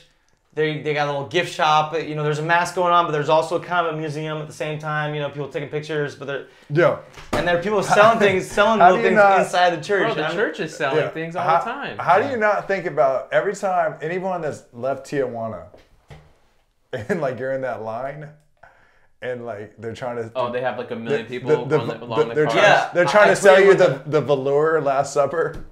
That's like has some glitter, some sequins on that joint. Like, how do you? Yeah, there was like a movie. I can't remember what movie it was, but there was a movie where it was like. How do you not? A guy appreciate that. A guy who sells. His company sells artifacts. Artifacts. And this artifacts they're selling is chips from Jesus' cross. And they cut away to the thing. What about these motherfuckers? They show these guys sawing off their desks. What about destroying? Just liquidating the old office on their new hustle of selling people to see Jesus and their toast? Oh yeah. And they sell those on eBay. They sell that shit on eBay. That was a good little hustle for a while in the early 2000s. That shit was not a hustle. You people were doing that. Like we knew someone. People believed it. People were doing that. Because it would pop up. It would pop up and then any of us actually know somebody that was like making that lucrative. Like, oh dude, what I meant. You know what used to be the come up? No, Jesus what I meant like was it happened once and then there was a lot of copies that happened again. Right. Oh my God, Jesus showed up in a Cheeto this time. Jesus showed up in. I wish sometimes toast is an easy one because you can build a toaster that can make it print. The one thing that you gotta appreciate about religion is I wish I had that in me, like where I could just I could look down at my clam chowder soup and just be like, there's Jesus. You can do that with anything. That's the whole point about but I'm saying, being Catholic is you see Jesus in everything. To be able to believe in some like Jesus. Edit that out, Jesus is in the clouds right now. Like, hey, I'm envious of that shit. Like, I wish I had that kind of belief. You see Jesus in the soap water. I see Jesus in you, my friend. You see Jesus in me.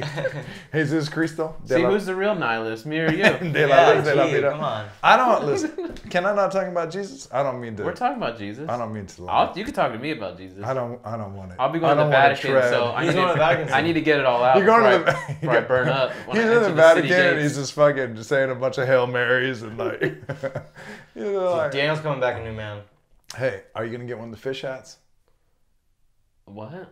The hats that the popes wear that looks like a fish. I don't think you can buy those. No. I think you got. They don't sell those. That's the real look. They'll sell bootleg fish hats outside the fucking They got like line. the foam finger but it's a fish hat. I think you got to put in some time and. Yeah. No, you go to Rome and you end up getting the boxers that have a print of Michelangelo. Why does nobody talk about this? That the Pope looks like the Sith Lord from Star Wars. Old Pope. That's not this Pope. Every Pope looks like the Sith Lord, man. No, this Pope looks like a happy guy. He looks Argentinian. Does the popes typically, in my experience, all the popes, like if it was like 2 a.m. in a house that people told me was haunted, and I walked in there and I just seen the Pope in the outfit, I'd probably be scared.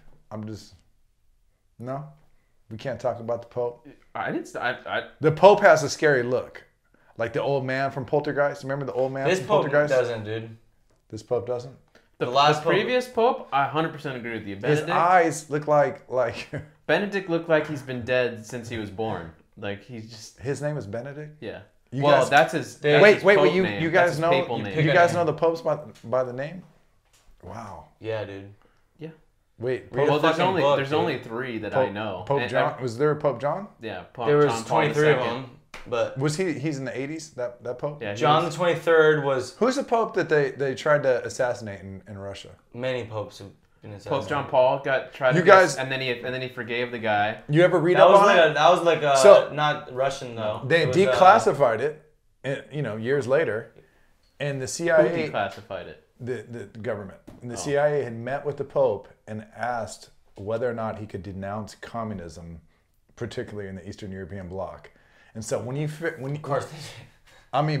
about the Pope almost getting assassinated. John 23rd was against communism though. Yeah, but he was against a lot of things But is he against it when you find out that the CIA met with them and they're saying, hey, we need you to go in there and that's one of the reasons. That's one of the quote unquote reasons why they didn't want Kennedy to be elected, and then they were saying that might be one of the reasons why he got killed. They didn't want him to be elected because Kennedy was the first Catholic president, and they thought that Kennedy would become a proxy for the Pope because he was Catholic. What about, you ever hear the speech where Kennedy talks about Protestant anti-Catholics? There's that famous iconic Kennedy where he talks about like the powers that be and the men that pull the strings. Yeah, he wanted to secret deconstruct societies. like the CIA or something. Yeah, he basically wanted to you want to deconstruct the CIA, talking about secret societies, and then and then he got killed. Listen, talk about videos that I saw. We were talking about violent videos. Mm-hmm. I think that was the one that made me want to like not watch shit anymore. What's that? Kennedy getting his face that crazy. blown up. Yeah, that's literally like his head just. It's like it's crazy, man. It's crazy because documentation of him getting his head blown. You know what's also nuts is Jackie O like climbing in the backseat, trying to grab his head and shit. Yeah, just nuts, man. That's a YouTube rabbit hole that many people have gone down. What? Yeah. Well, I think it was at a time. I don't know if I saw it in the public school system or if I saw it. You probably saw it years later. I saw it from the movie. Actually, I can tell you where I first saw it. I saw it in Oliver Stone's movie. 7th or 8th grade. No. 7th or 8th grade on MySpace. No way. There was someone put like I forget what it's called, like the bulletin board. Not your safe space, but MySpace. Yeah. Okay. Whatever the bullet, like the side shit that people would post. It's kind of like the wall back then. They didn't call it a wall, yeah. Whatever, there was like a bulletin. Just your comment section. You ever miss that shit? You used to wallpaper your joint? I do miss it. HTML and doing all that. I wish Facebook let you wallpaper your joint like that. But it'd be so a totally different animal. So you could just really express your identity.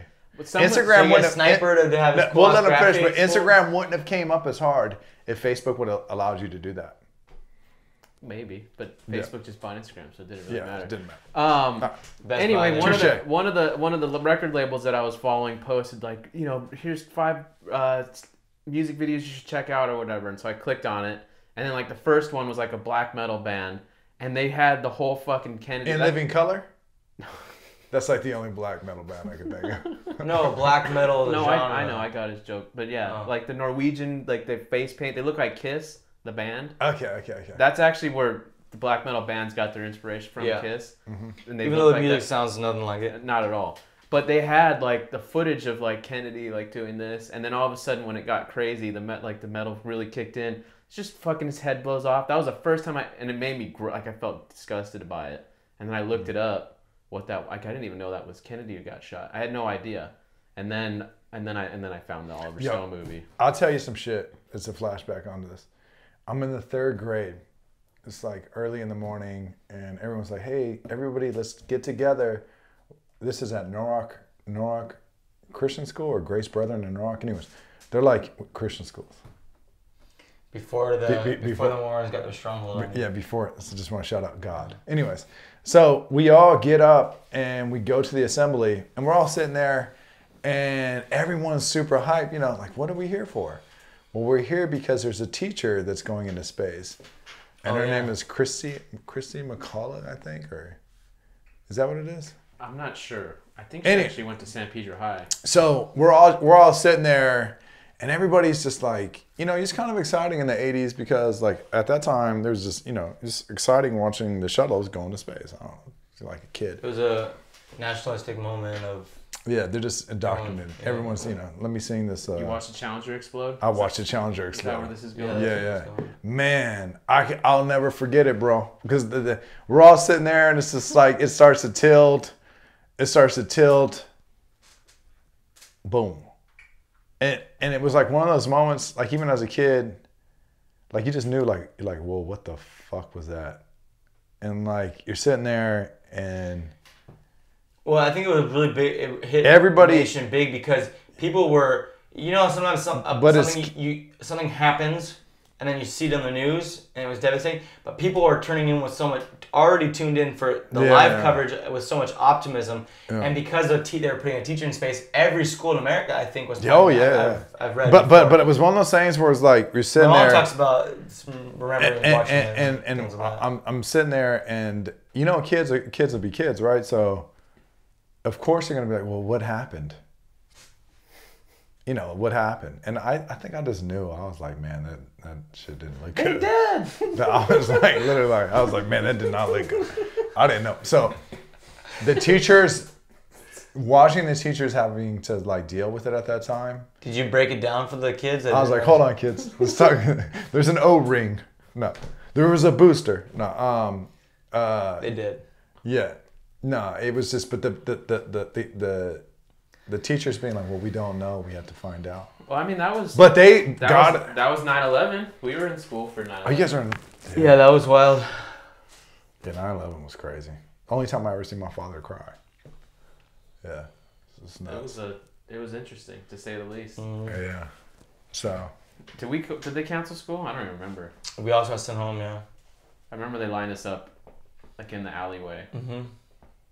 It was like, because they're by the time we went to school, both towers I think had already collapsed. Yeah. Oh shit. We were all getting there, and because it's 3 hours. The teachers were figuring out what to do, and then we had a little, like the morning assembly. We had a morning assembly every morning. We did the national or the Pledge of Allegiance, and then we did it, and then they were like, all right, so all your parents are coming to pick you up. The line starts here. I remember getting. I was up and watching it. And at first, I think everybody's initial reaction the first time that the plane hit was just like... An accident. Something. I know. And then when you know... Some people were watching it live when the second one hit. Yeah, I was. You know what else is crazy was that I remember watching the 60... People don't remember this. 60 Minutes that did an interview with Osama bin Laden. So where they talked about like... Years prior? Or probably about 1.5 years or 2 years prior. You got to remember, like people act like he tried to blow up... They tried to blow up... the World Trade Center in the late 90s, yeah. 98, I want to say. Oh, really? So I think earlier than that, but in the 90s. It was under Clinton's administration, and they'd met with them, and it was I remember being fascinated just because at that time I was always like pretty well read as a kid. Like I'd end up going down rabbit holes and shit, and so I remember, Goosebumps does not count. Goosebumps. I never read Goosebumps. Oh. So you know what it was? I'd go to Barnes and Noble and just literally just read as much as I could. So. It was Hardy Boys, not. It's Hardy Boys. I did read the Hardy Boys in the 5th, 6th grade. I told you, your years are off. Yeah. I was all about that Matt Christopher book. What were the girls? All those sports books. Versions? Oh man. Shit! Something I was gonna buy. I don't know. But Beverly Cleary. Yeah. It might be something like that. No, it was something girls. I know what you're talking about. Yeah. So I remember knowing that the Mujahideen that we had given Osama bin Laden $1 billion. Yep. The CIA had given Osama bin Laden and we trained him to do $1 that. billion for the Mujahideen when there was a conflict with Russia. Yep. That we had trained them, that we'd actually brought them to American soil, that we'd help them out with, Yep. teaching them almost how to be very equipped at terrorism, because you can imagine the only way that you have this group, the small group of people, the Mujahideen, that are in war with Russia at the time. We wanted them to be terrorists. We wanted them to be terrorists. Russia, not us. Because they couldn't go by normal means of military might, because they would be... That's why when people say 9/11 was an inside job, I say yes with an asterisk. Yeah. Because I don't think it was propagated to the point where they wanted it, like Bush was... But it is a result. There's so much shit that gets declassified all the time that it doesn't. It's like if I'm an old man, I'm 80, and they're like, oh, so in 9/11, they actually were in on it. Like, in typical American fashion, well, See, I don't believe that part. The show, but when you hear, I believe that we trained the people that eventually. But when you hear that they knew that Pearl Harbor was going to happen, that they didn't warn the sailors at Pearl Harbor before the Japanese attacked. Yeah, no, they just took their whole fleet out of the bay. Right. Or if you hear that that they, oh gosh, what is it? The U-boat. Well, the Vietnam the War. Bay of Tonkin, right? That was hyper. That they completely exaggerated that, and from an historical perspective, there. Or the other one, the nurse from Kuwait. I can't remember the nurse's name, but ended up being the daughter of a dignitary that had came out and sold the story that Iraqi soldiers were going to Kuwait and killing Kuwaiti babies, and that they'd use this as weapons of mass destruction. They'd use this as so my thing about when shit comes out from 10, 20, 30, 40, 50, 60 years ago, it wouldn't surprise me if it was an inside job. Like it just is from a historical perspective, looking at what the country's been accused of, and looking like same thing with the CIA and the crack cocaine thing.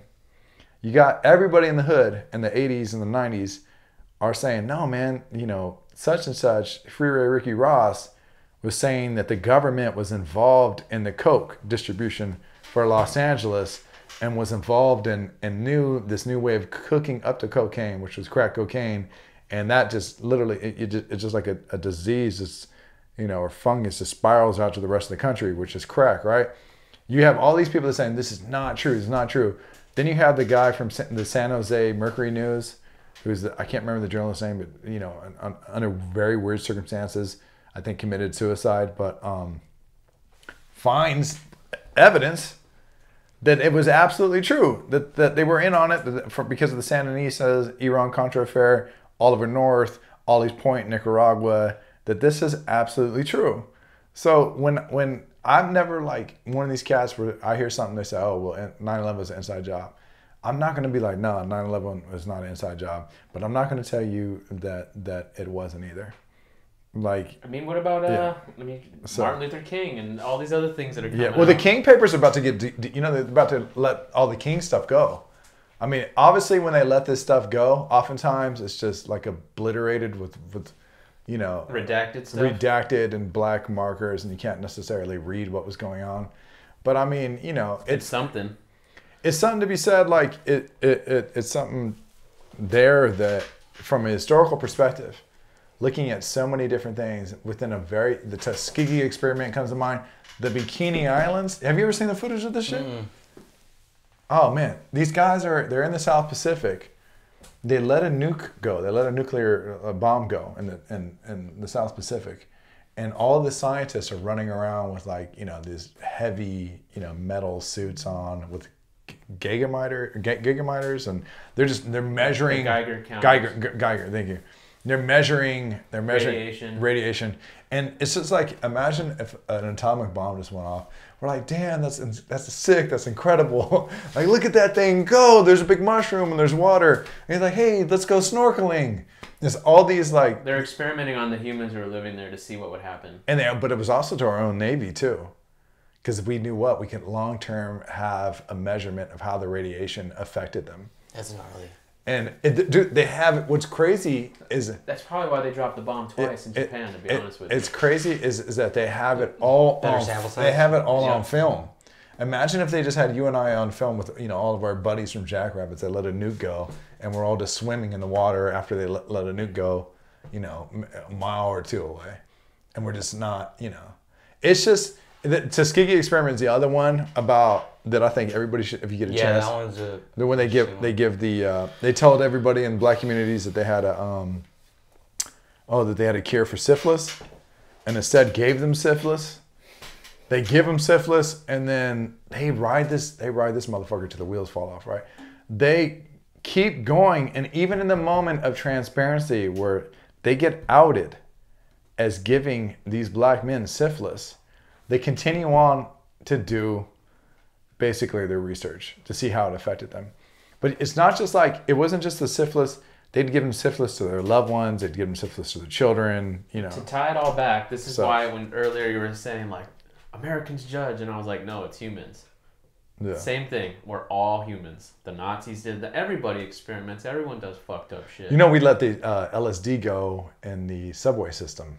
I didn't even know about that. What's that? Oh man, they let LSD go, and I think want to say in the UK, they'd sprayed it to. Oh, can you imagine? That must have been some shit. Right? Wait, they sprayed clouds of it? Yeah, sprayed clouds of it for the subway users. That's the shit I wish they had footage on.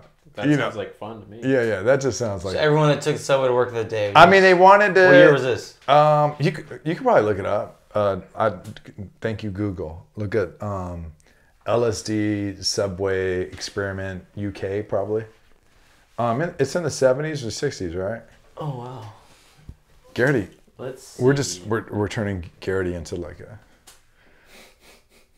All of a sudden he comes. The only article that's popping up is from the New York Post, so I already don't believe this. The New York Post would be. Yeah. 22 years later, the Rockefeller Commission report was released, detailing a litany of domestic abuses committed by the CIA. The ugly truth emerged. Olson's death was the result of having been surreptitiously, don't even know how to fucking say that word, dosed with LSD days earlier by his colleagues. I guess, hold on, I don't even know what the context of this is. That's not the LSD subway one? I don't have my phone on me. It's out. Did you Google LSD subway? Yeah. So this guy died on the subway. No. I don't think that's it. That's not it. No, it's not. Nothing's coming up. I know it's there. Damn it. The truth is out there. I thought what I thought you were gonna say. Was that they just like made little tabs and put them in bags and just dropped them in different seats on the subway? No. That's an experiment that could. They'd give them subway. They'd give them the LSD. Cause at least that way you're giving people a chance to. Yeah, it's the same article that keeps popping up. That was in New York City. They're taking it away. That's the same thing about the chemtrail shit too. About that they were. I do not believe in that. They were pretty adamant about chemtrails, like 20 or 30 years ago. They're not adamant. They were more forthcoming about it. I don't know anything about it, to be honest. I don't believe in that at all. You don't? No. I don't even if there were. I think that's so ridiculous to even. To go down this rabbit hole. No, just that they're gonna fucking They just sprayed you. But for like, what is it doing? I don't know, but nothing. But it's especially when you. What about the fluoride in the water shit? Well, there's fluoride in our toothpaste. So okay, well I know, but obviously. First of all, you got to drink that water to be affected by it. But who doesn't drink tap water? A lot of people. Garrity, do you drink tap water? Of course, right? But a lot of people don't. A lot of people prefer bottles. You obviously, but when you take a shower, tap water. You're not drinking it. Yeah, but your body absorbs it. It's getting into the. I'm just saying, I think it's bullshit. I'm not worried about tap water, man. It's fine. Yeah, we're good. I don't know, bro. Well, who knows? We're not studying our body that in depth. We don't know. Yeah, I don't know. We don't know what interactions are actually happening. It might be cat piss, dude. It might be whatever. I definitely think that is interesting, though. Chemtrails and flat Earth are the only ones I think are like ridiculous. I'm gonna do some homework on it because I haven't really done some homework on chemtrails. On chemtrails, no. Talk to anyone who flies airplanes, and they'll tell you that it's bullshit. Yeah, but that's no. Yeah, but nothing. I mean, it's like me trying to tell you about boxing and why you're wrong. If I talk to people about like fluoride in dentistry from America, dentists. I have a bunch of friends that are dentists and orthodontists. They're like, oh yeah, nothing, everything's cool with that, but like they don't do it in Europe. They don't do a lot of shit in Europe. Like we do here. It's like the microwave. Versa. You know that like the microwave is outlawed in some countries. Yeah, but the microwave is harmless. It is. It zaps your balls though. No, so supposedly it does something with it where it robs the food of nutrients. Oh, sure, but I'm talking about I think heat will do that to certain foods, though, anyway. What about the cell phone shit? We're the guinea pigs. Well, no. We're the guinea pigs for sure. We're the guinea pigs. Because this could easily be... People are saying that could be what's disrupting, like what's causing people to be depressed and stuff. Not necessarily social media, but the idea of like continuously getting... The dopamine exhaustion. No, just continuously getting the waves. And now we're going to 5G, so now everything's going to become stronger, and we're constantly absorbing this all the time. We'll know. I'm giving them tinfoil hats. You could. Just tinfoil Dodger hats. We're also gonna get rich off of it. Become Bubble Boy. And like I'm gonna get a tinfoil sombrero. Bubble Boy. Did you watch the movie? Yeah. Jake Gyllenhaal. Was that Jake? Yeah, way back in the day. He's still alive. He didn't pass. Jake? Yeah. He's still alive. Heath Ledger passed away. Heath Ledger died. Were they in Brokeback Mountain together? They were. I never saw it. Sounds like you should. I don't know. I don't know. You know. Hey, bro. It's not like you watching it. You're gonna like. I do like the fact that fucking Hollywood is so like liberal that it's like, you know what, we're gonna fuck with this part of America. Ang Lee did it. An Asian director did it. He's not even American. Well, yeah. I'm just saying that. Where were they from? Wyoming? I don't know, something. They were cowboys though. They were cowboys though. They made sure that they were like American. But they were cowboys. Like cowboys, like actually like they rode bulls and they something like that. I never saw the movie. I own the movie. I've never seen it. Yeah, what if they got a green light like American Me? From what, the gay community was gonna take? No. Because you know, like Edward James almost got in trouble. Like they got like the Professional Bull Riding League. They like green lighted. They green lighted the I don't think green light's the right word. I think green light. Green light's a go. Yeah, you don't blacklisted. Wait. You don't know what green light means in Chicano culture? No. Oh wow. Go ahead. Does Daniel know? Yeah, that's why I know what he's talking about. Tell me. Like when you green light someone, and that basically means go and jump him. That's it. You can kill him. That's like the okay. Like you've been green lighted. Like you never heard this? Oh, I feel like I might have heard that. Rodeo green lighted Heath Ledger. It's a joke. Maybe no. Now it all connected. I'm like green light what? The professional bull riding. No, maybe I heard. Maybe I did hear that. I just didn't recognize what it meant. Like in the parallels of like Edward James almost got himself in a lot of trouble because what drug did Heath Ledger? Fuck. Now we got to explain it. American Me has a scene where Edward James almost is making love to this woman that he ended up hooking up with after he's been incarcerated all this time, and in the scene he fucks her in the ass because he only did that in prison. That's all that he knows. That's how he grew up as a man. He only knows his intimacy through that, and so like it basically got him in a situation where like, the powers that be put a green light on him, and he was actually I don't know how he got out of trouble from it. But probably money. But yeah, definitely was in trouble.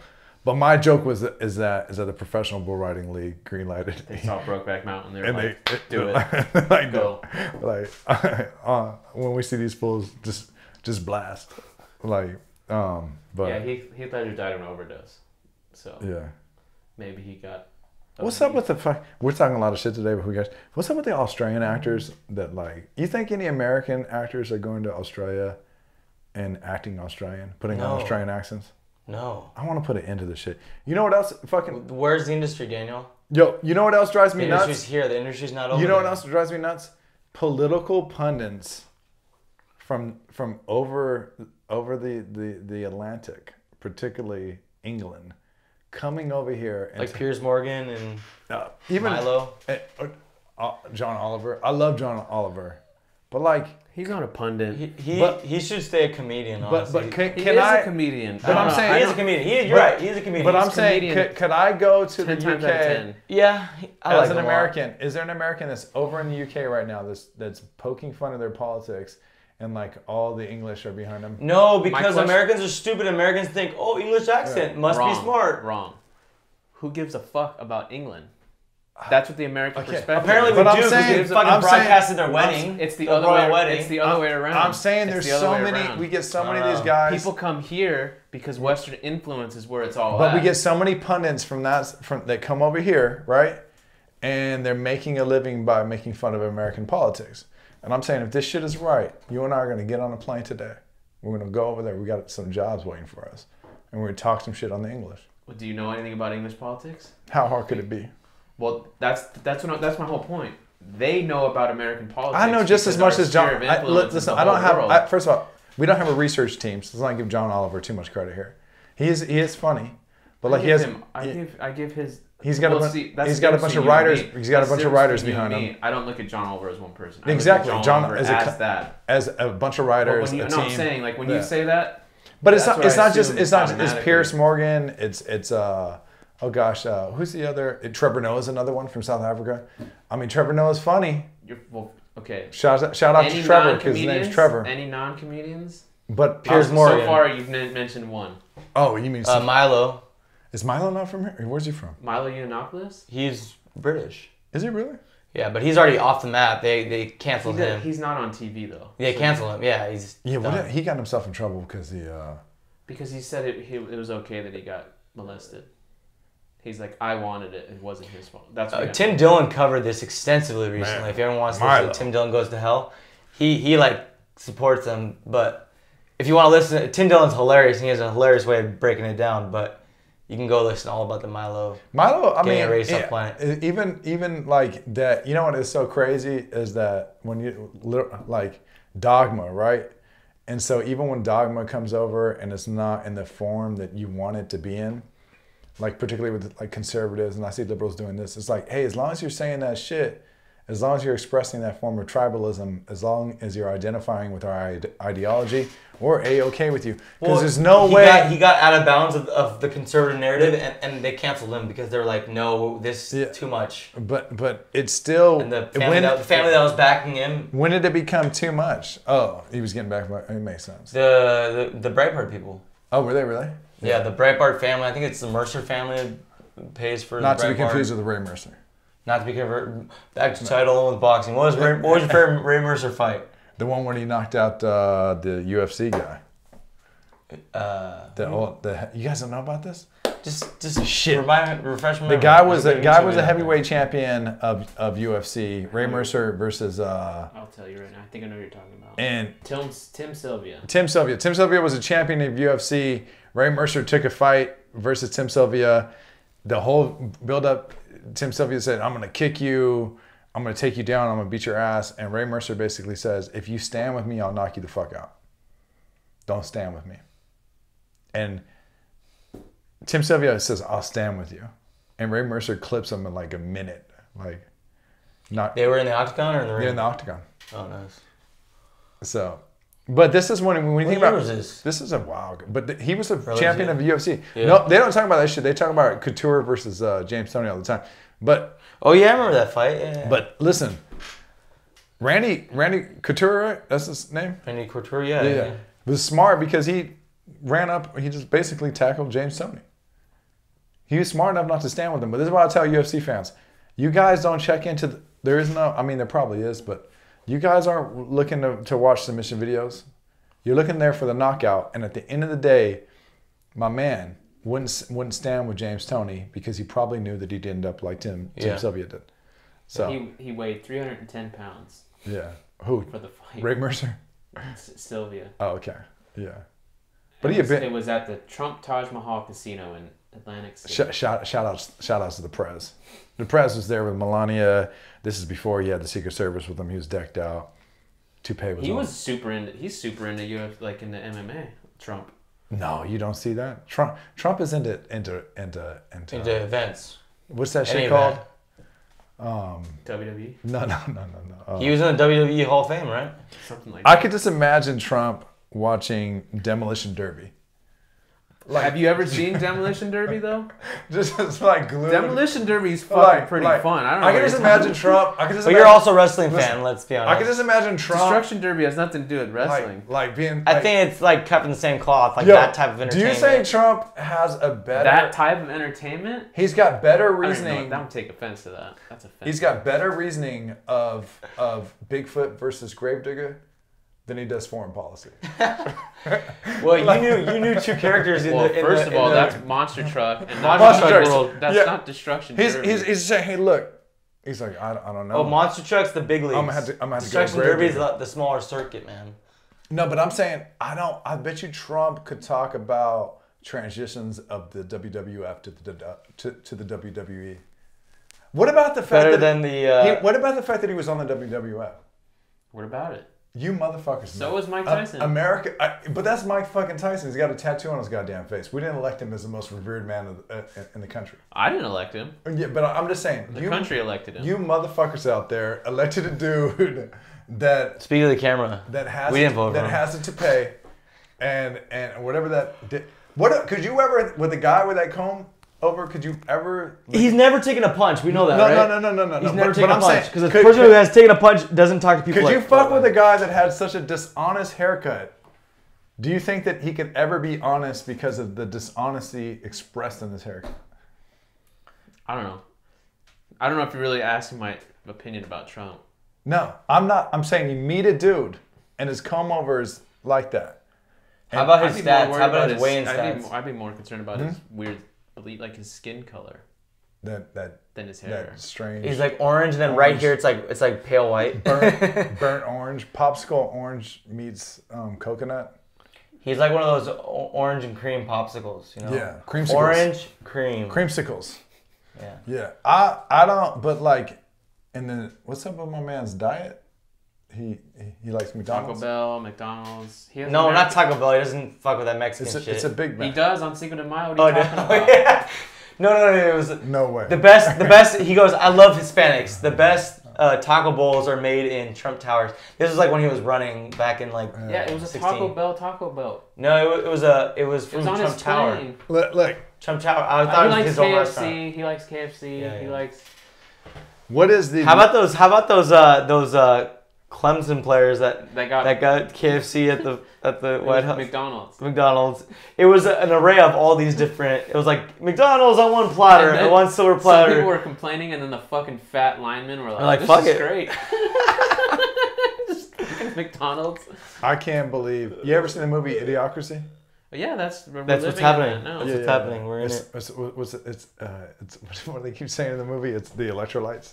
Oh, it's all the electrolytes. The fucking the drink the energy drink they're drinking. I forget. Yeah. I know what you're talking about. But yeah, we live in the idiocracy right now. Yeah.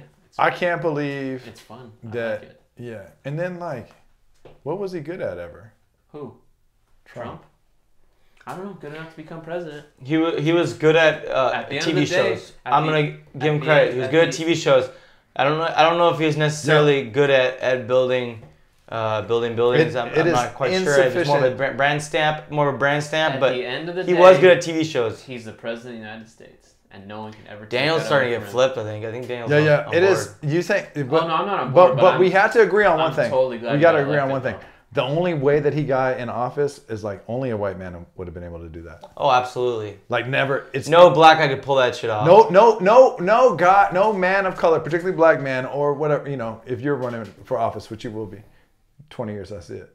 But no. Here's my argument. If you've never held political office, candidate that was like Trump.